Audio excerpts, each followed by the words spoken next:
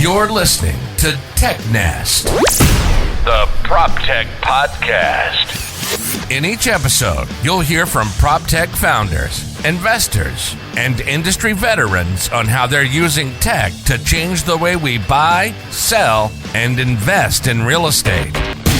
Discover market opportunities, interesting data, growth tactics, and trends driving the industry forward. This isn't just another podcast about making money in real estate. This is about how we live. And now your host, Nate Smoyer.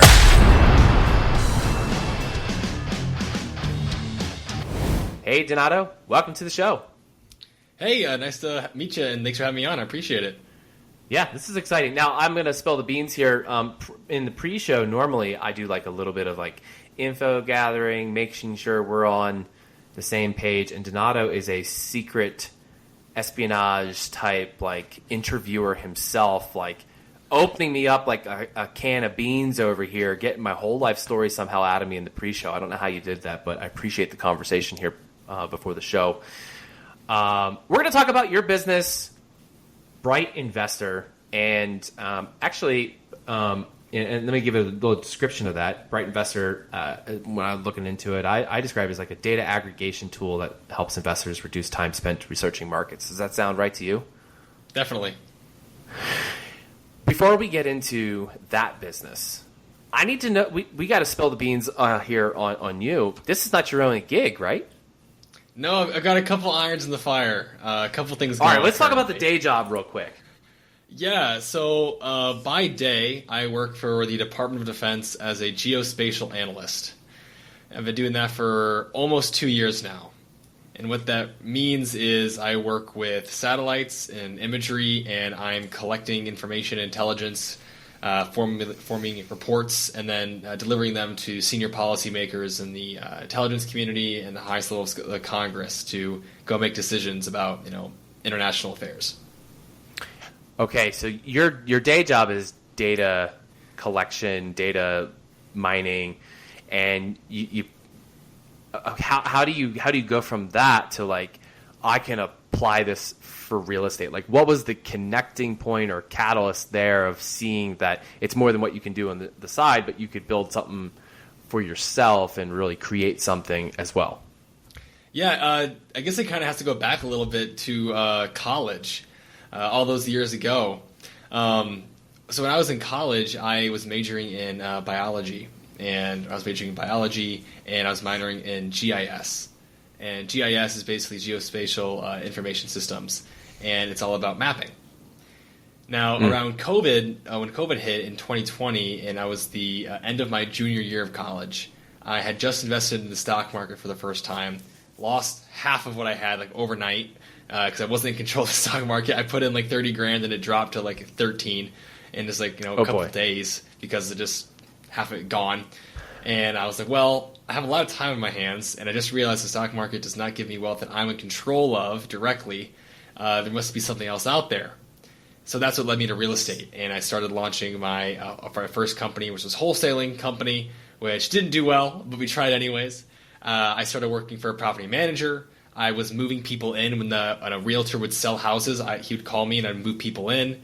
I would help people buy Airbnbs and furnish them and just do anything I could in the real estate space. When I got to the spring semester of my senior year of college, I was already interested in real estate. And I was working on my senior project, which was make a map. Your GIS minor, make a map. So I started thinking, well, I know I'm moving to St. Louis when I graduate college. And I know I want to buy real estate, but I don't know anything about St. Louis. And I don't know which property is in the right location. I don't know where which areas are safe or dangerous, which areas are increasing in value, which areas are near good schools. Like, I don't know any of this. And if I call an agent, they can tell me some information, but otherwise they'd be steering. And so they'll just refer me to another platform to look information about myself. Right. And I can call my uncle or my aunt who's in the area, but what they think is good might not be what I think is good, especially as an investor. So I came to the conclusion, if I have to make a map for my project, why do I make a real estate map? And use data about real estate that I want to find out, put it on a visual format so it's easy to understand, and make that my project. So I did. And that ended up being some of the first prototypes for what would eventually become BrightInvestor. It just makes all the sense in the world. It's like there's a very short book. It's a fictional business book, Obvious Atoms. I think that's what it's called. Okay. Obvious Atom. I'll look at it. I think it's literally like 26 pages, and it's like a children's. It should be it should be read by all adults, but it basically looks like a child. But it's all about this guy who just does the obvious thing. That just seems like the obvious thing to do. Okay, so you make this digital map, looking at St. Louis, and you complete your project, and obviously it goes on to become BrightInvestor. But you were still doing real estate, other stuff in real estate, right? Yeah. So as I was running my wholesaling company, I was learning more about real estate, and once I shut that down, I realized I wanted to do something that had a long-term ownership, so I can own property and continue to get cash flow, appreciation, depreciation, all the benefits that come along with it. So in doing that, I thought, well, what's the easiest way to own the most assets the fastest? And I'm like, I'll just buy a big building. So as I talked to more people, they said house hacking is the way to go. If you're going to buy your first property, go buy a 4-family unit and go live in one, rent out the others, and live for free. So I did. And the morning of my 22nd birthday, I closed on my first 4-family house hack in St. Louis. Wow. At the same time, then, I guess so many parts of the story, it's insane. While I was closing my wholesaling company down and I was working on getting my fourplex, I was also offering on a 96-unit complex that was in St. Louis that I wanted to go buy. I had no idea what I was doing, but I found a partner, found a property, wrote an offer, got it accepted, graduated college, did the 3-day road trip home from Boise State, got back home at 10 o'clock at night, and at 4 or 5 a.m. the next morning, I was in my car driving to St. Louis to go meet the contractors I hired to do the walkthrough. Wow. Got that one all the way to PSA signing, or purchase and sale agreement signing, and that one deal fell through. Oh. I know. I lost a couple $1,000s on it, learned a ton, very educational experience, which prepared me for about 2 months later when my old landlord in college said, hey, I'm joining this multifamily education group and to learn how to do syndication. I know you were just doing this like on your own. Do you want to join this group with me and let's see if we can make something happen? I said, sure. So we got together. We created a 6-person team to do commercial multifamily syndication. I had just started my day job as a geospatial analyst. I had just closed my 4-family house hack. And now I was working with a syndication company. And over the next year, we looked at over 96 properties. And in July 2022, we closed my first deal, which was a 172-unit building in Waco, Texas. Oh, hey-o. So you're near Chip and Joanna. Did you go say hi to them when you go down to... Yes, we were very close. We looked at some of their deals in the area, actually, yes. Yeah, very cool. So let me ask you this. I mean, obviously, you spend a lot of time as an active real estate investor. You do data collection on your day job. How does all this impact your product roadmap as to what you're deciding, what needs to be built, how you build things first, and how you're even displaying the data? It affects everything. I mean, when I'm working with data on a day-to-day basis and visualizing it, it's all about being able to communicate information in the way that the audience can actually receive it. It doesn't matter if I can put something down and I understand it. We have to write to not be misunderstood, not to be understood. And so when we're visualizing something, if I can put all this data on a nice map with nice colors, give it to someone who's never done real estate before, and they can understand what we're displaying, then we're doing a good job. And anything less than that means that we're losing people in the disconnect between what we have and what they want, but they're just not seeing that the value that is there because we aren't effectively communicating it. And then on the product feature side, almost everything we've done building the product out has come from feedback. And feedback comes from a lot of different ways. So instead of just sometimes people will come to you and say, hey, it'd be cool if you did this. But feedback is out there in so many different ways. And so what I would do is I would go to like Bigger Pockets forums and to look up how to find real estate market data. And I just search different search terms and find out what are active real estate investors looking for answers on. What data do they need? What are they searching for? And I just wrote all that down. Like, okay, people looking for this and this and this and this and this. Hey, Mr. Agent, what can you not answer if somebody calls you?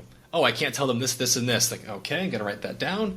Okay, when I'm doing my own investing on the commercial real estate side, okay, if I'm working with a commercial lender or a commercial brokerage, and they give me a report, what's on the report that they're sending me? Like, okay, this, and this.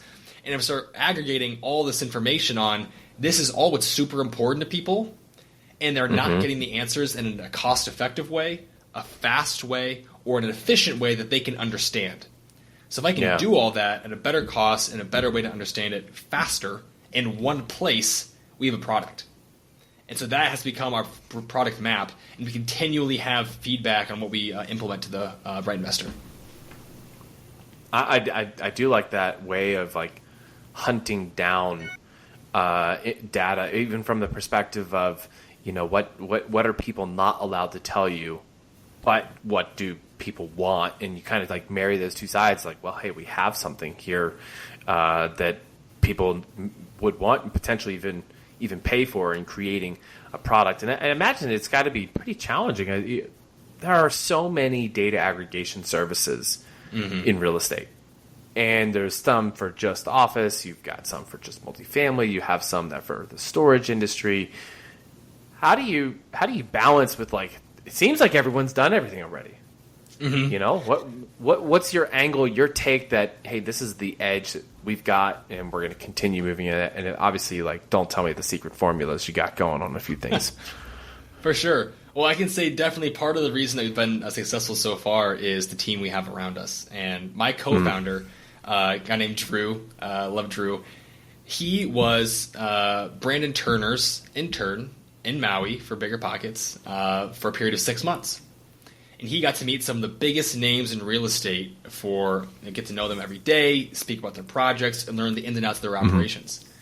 And while I was in college working on the first prototypes for what would become BrightInvestor, unbeknownst to me, Drew was on Maui talking to Brandon doing his market research. And Drew's going out there, he's spending 30 hours doing this and coming back to Brandon saying, hey, this sucks. There's no product out there for this. And Brandon's saying, hey, I completely agree. There's no good product in this space that serves this problem for new investors.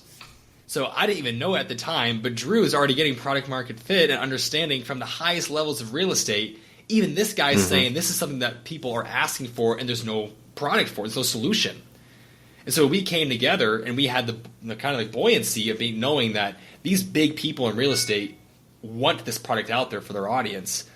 We as investors on a day-to-day basis wish we had a product like this. We kept going forward and we moved on to say, as we talked to more investors, we asked questions of where people were going. There was just this commonality of, well, I tried doing this and it got too hard, so I stopped. And then I went and I made a mistake in real estate that cost me $30,000. So as we had all these different directions coming in, we realized that this product was going to be able to serve people in a way that nothing else was, because we were taking data that was applicable from the people who were just starting all the way to people who are very experienced in the business, and we're giving it to them in a way that everybody wants to see information, which is visually. Because we did surveys, 95% of people said, "Just show me. I don't want to read it. I don't want to talk about it. Just show me what I need to see."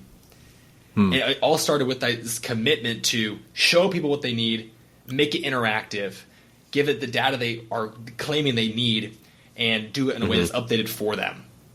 And so as we continue to get feedback throughout this whole process, it became clear that what we were crafting was something that no one had done before. Now, when you're thinking about the different features you're building, obviously you have to think about the use case and who's using this. So are you more focused on the local mom and pop, or are you trying to find the investor who's building a large book of business? Maybe they're doing some syndications themselves, or even small private office, family office and private equity. Sure, we're definitely targeting the individual investors from the basically entry-level career to like mid-level by and large. Now, and that's where we're really helping people learn, like, this is how you get the information. You can avoid the pain that we all went through. All this is going to be right here for you, and showing that from the beginning, if you leverage this tool and this community, you will have exponentially faster and higher success because you're avoiding all those pain points that other people have had before you. On the flip side of that, we are also seeing a large part of our audience and people who are using our platform are commercial multifamily syndicators, because they need to go out and they need to raise money. And when they're doing deals, they need to be able to understand what's going on in their market. And what better way to raise money and be able to communicate confidently that you know what's happening in the area around your asset than being able to have a PDF showing all the updated market information at a level no one else has seen before, with data no one else has seen before, that you could hand over and say, look at how much I know in my area. So although we're targeting people who are definitely new in the industry, that could be brand new to commercial syndication or brand new to residential, and we're finding the applicability everywhere.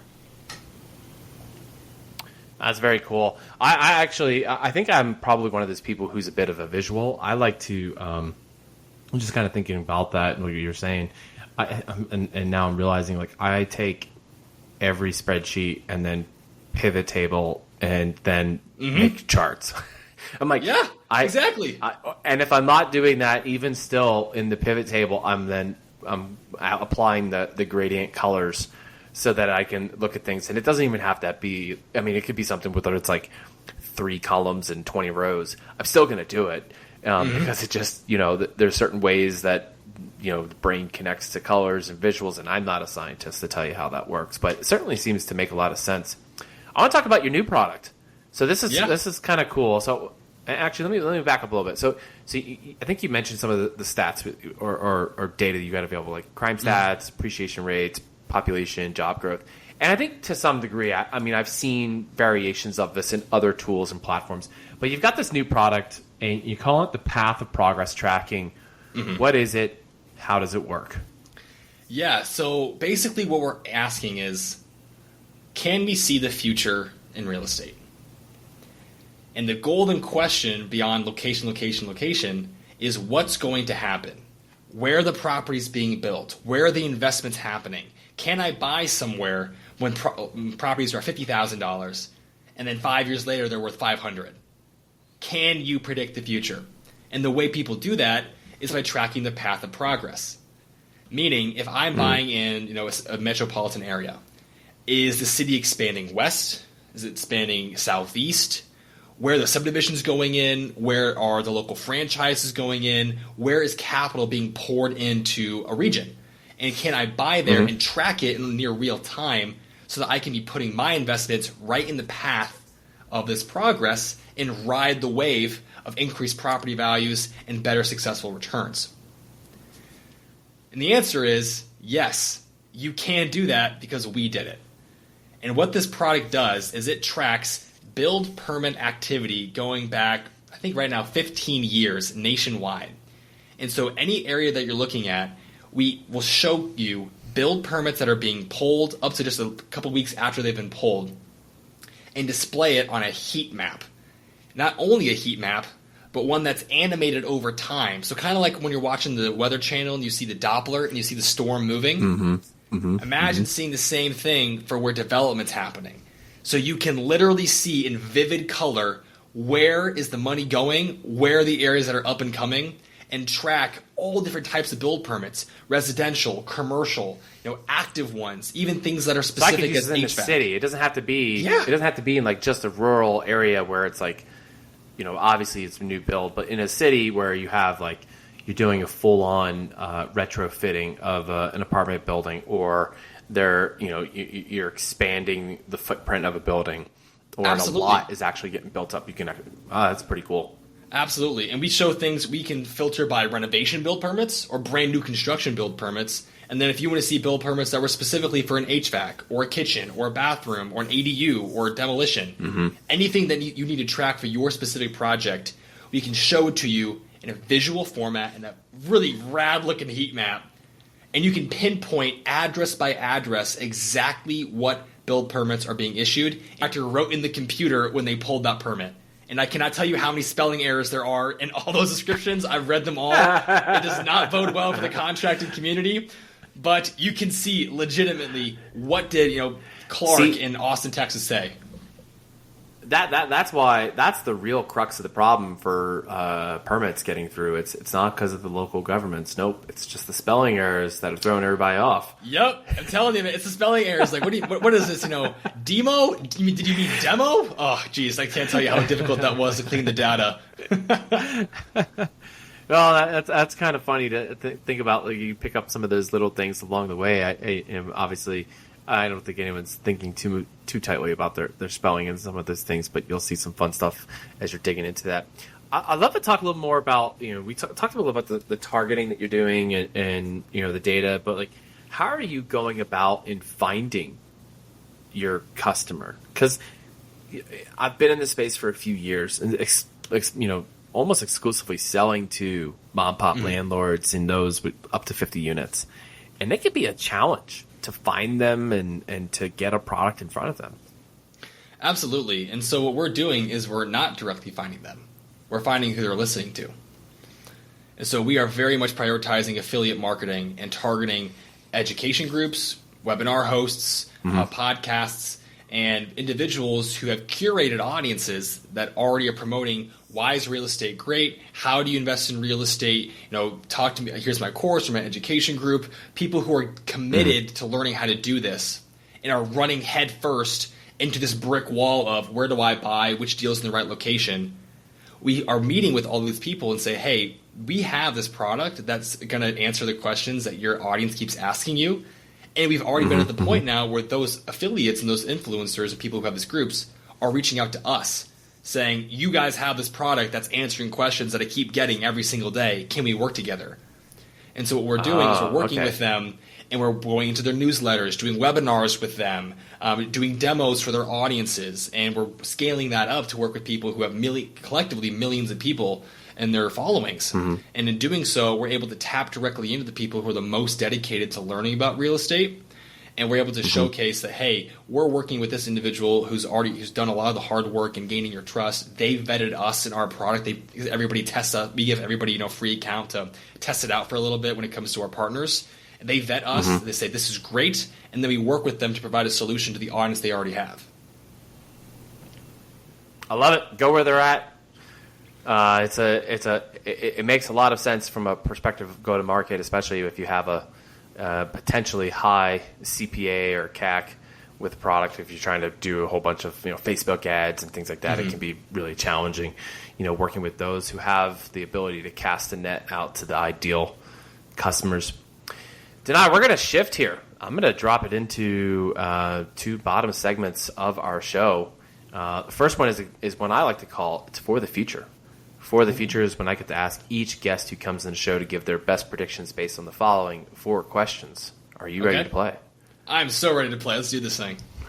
All right. First one here. What does BrightInvestor look like 1 year from now? BrightInvestor from 1 year from now looks like a platform that not only can show you market research, but also has live property data. You can check on-market, off-market information, present your deals to other investors in our community, and ideally have served over 25,000 people on a month-to-month basis, expanding our data exponentially. Awesome. All right, number 2, this is going to be a challenging one. Let me make sure I've got this framed in a way I wanted to ask it. Do you think that the net number of real estate investors in the U.S. will increase or will it decrease given Absolutely the increase. current and likely near-term market conditions? Absolutely increase. Absolutely. I say that for a couple reasons. One, how many individuals purchased a home at low interest rate, and now they're finding that they can't actually move out or buy their forever home. So they're turning their existing assets or homes they couldn't sell into rentals because that's the opportunity they have in front of them. How many people are recognizing that when it comes to real estate, especially over the past couple of years, some areas are appreciating 25% a year. And just by buying in the right location, even if it's a primary home, the value of that asset is going up exponentially higher than they could have ever dreamed of just by making one down payment, paying a mortgage. I think traditional real estate investors are going to be very surprised by how much creative real estate investing occurs over the next few years, especially as people recognize that in a tumultuous environment when it comes to banks are failing or interest rates are going up, real estate in its many forms provides ways for everyday investors to create wealth in ways that traditionally have been unavailable. And with the advent of really internet education for real estate specifically, making it easy to find people who have this information, it is easier than ever to find a strategy and to find a community that can help you make real estate happen quickly. All right, follow-up question on that, and it's obviously totally arbitration. Arbitration. No, what's the word I was looking for? Arbitrary. Your arbitrary opinion on this one here. I don't know if anyone can back this up. Is the Burr method dead? In a traditional way, yes. In a very traditional way, generally speaking, yes, unless you're in a very low cost of acquisition market. What is not dead are the people that I know in like Seattle who are purchasing a property with a large lot. They are then putting an ADU on that property after fixing up the single family that's already on there. So they buy a lot, has a single family on it, reno that, put an ADU on it, increase the value of the property by $600,000, and then refinance out of that. That is not dead. That's actively being done, and it's technically still a Burr. Even with today's interest rates? Even with today's interest rates. I know someone who's doing that right now. So I would say if people who are doing Burr successfully are either fantastic negotiators and found a person who really needs to sell and great job, or they're in a very low cost of acquisition market, have great private lenders giving them awesome terms in their private lending, or they're getting creative on how they're burring these deals. What other ways can I drive more revenue or drive more value in this asset so I can refi where the higher interest rates make sense? All right. Question number 3 on For the Future. We're back to the standard questions. What's one industry trend you think will continue, but you wish would go away? The selling of real estate as a get rich with no work approach. Because it's not. It can be made very passive in the future with a lot of work, right systems, and implementation of teams, but it is not something that can be done with a strong foundation in like 30 days or 60 days. And it typically requires a lot more work or a lot more capital than people are willing to admit. So I wish that people would just be more clear about real estate can work for you, but it's going to take more work than you ever imagined. And stop necessarily selling the, if you pay me $1,296.43, I'll make you a real estate millionaire in the next 36 hours and 42 minutes. Otherwise, I'll, give you a check for $2 billion. Something like that. Yeah. I've shared this story a few times on the show, maybe. Pretty sure, but my first exposure to real estate education, I don't even know if I was graduated high school yet, but I was 18 and I drove down to Philly. And I was promised all the secrets of real estate, and it teased a whole lot, and I found out it was going to cost like several $1,000s for the secrets of real estate. And that must have jaded me for quite some time as I burned gas I didn't have to get back home. But it was very similar to that of like, you can get started. It's not a lot of money, and you can do it part-time on the weekends. And they try to make bird dogging sound the easy way to get into wholesale. That's always the hook. We're going to teach you how to bird dog. What is that? And then they're like, oh, don't worry, it's easy. I'm like, that's probably one of the hardest roles to do really well, is to be the one who uncovers the deal. But, absolutely. And that's the way it works. Yeah, I could not agree with you more. I definitely got jaded my first couple of times trying to talk about real estate education, because I had that same experience where like, oh, I'm so ready to learn, like I'm eager, I can do this. And they're like, great, you are a check to me, nothing else until you can get that check in front of me. And that definitely put a chip on my shoulder for a while on being able to like trust that coaching can work and mentorship can work, because having that poor experience. And typically at the very beginning, people are so concerned about saving money that the no money and all your time is what's attractive. But I completely agree. Bird dogging, being able to locate a deal, analyze a deal, have a conversation with the seller, start negotiating a deal, and do it in a way that's legal and actually going to work at the closing table is extremely difficult. It just doesn't cost you tangible cash out of your pocket to go have to do that. So I could not agree with you more. Yeah. All right, number 4 on For the Future. What's one thing you believe will dramatically change or fade away in real estate as a result of tech advances? I'm not very bullish on office space as we continue to move forward. I think it's going to be something that, as we continue to see remote work not necessarily be as dominant as it was when COVID was still coming out and happening, but in some offices are going to more hybrid work roles. The tree's been planted, and the only office spaces, especially in places like major metros like New York City, the occupancies are depressed, and they are remaining depressed except for the absolute A-class, most technologically endowed buildings, and everything that's like in 1980, 1990 product that's still outdated is having those occupancies fall down to 80, 70, 60, 50%. And so as people have gotten a better taste of what hybrid looks like, I don't see office being something that people are going to want to pour millions of dollars into, even though traditionally it's been kind of the bedrock of downtown. The only caveat I'd have for that is because people talk about commercial real estate tanking, and why people are demanding people go back to work is because downtown offices are the magnet that attract workers during the day that support a variety of businesses, whether that be laundromats, whether that be dry cleaning services, or fast food restaurants, or other dining places. People will do business meetings, shops. And so having office space is what is attracting people to come support these other businesses during the day, which is a source of revenue for those entrepreneurs, but it's then also property tax revenue for the city. And if those businesses don't do well, and those buildings have to be sold, and the city gets less property tax revenue, then downtowns can start to suffer.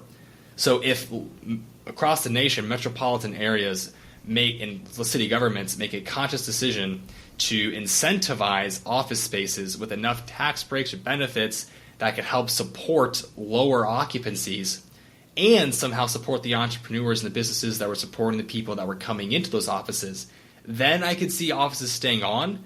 But minus that massive level of action, people are always going to need a place to live, and I love multifamily, but I'm not very bullish on office spaces. Wow, yeah. I tell you, I don't necessarily disagree, but I also, who knows? Exactly. If they make them really good, enough to where I want to have to go back, but the reality is I haven't had a more than a mile commute to work. Or any what I would describe as any serious commute to work. I haven't had a serious commute to work since I worked for a home builder in 2006. Okay. Or 2008, when I left the home builder in 2008. And that was because sometimes you have to drive an hour to get to the job site, depending on where we were working. And since then, I mean, it's just I once had a bus ride to work, and then after that, it's always been a short walk at the most. And it's really hard for me to imagine that changing. And now that I live in South Dakota, I sure as heck don't see office buildings going in my neighborhood. So I don't think I'll be commuting anywhere. Gotcha. I'm just fine with wake up to the kitchen, to the office, and in my house. That works out just fine for me. All right, we're going to shift over to the last three here, Donato, so our listeners get to know you just a bit better. First one is, what are you reading? Oh, man. What I'm currently reading is actually a book on negotiations and philosophy from Aristotle currently at the moment. But I did just get finished reading a reread of my favorite series, which is the Mars trilogy by Kim Stanley Robinson. Highly recommend it. Red Mars, Blue Mars, Green Mars. It's about ecopolitics. Like sci-fi or? Yeah, it's like ecological sci-fi. Oh, okay. So basically doing kind of like terraforming on Mars, but also typing in like technology, politics, and ecology, and as well as human dynamics and the condition into what does it mean to be a human not on Earth.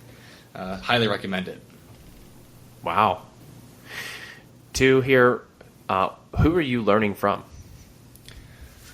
I am actively learning from one of my partners in multifamily.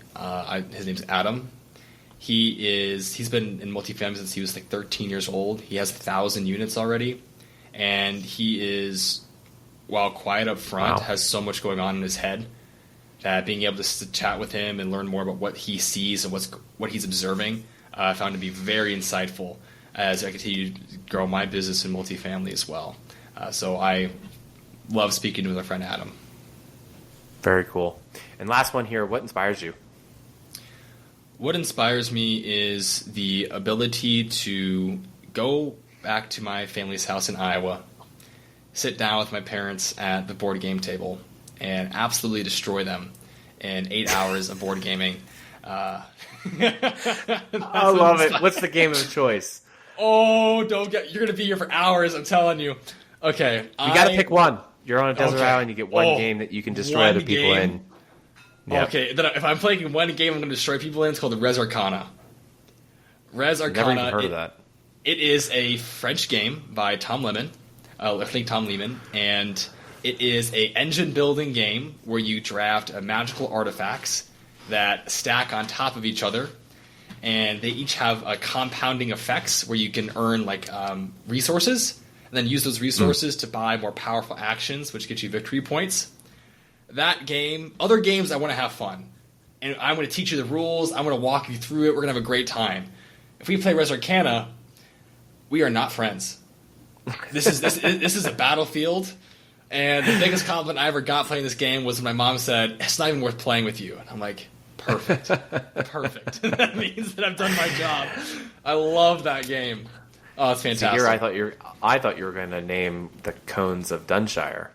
Oh, see, I can never forget that game because you have to remember the essence is about the cones. It's a great game. It's about the cones. I love board games, and so the ability to create a life now when I'm younger and prioritize this season of work and creation that allows me to. I don't have to spend 8 hours a day doing something I don't want to do.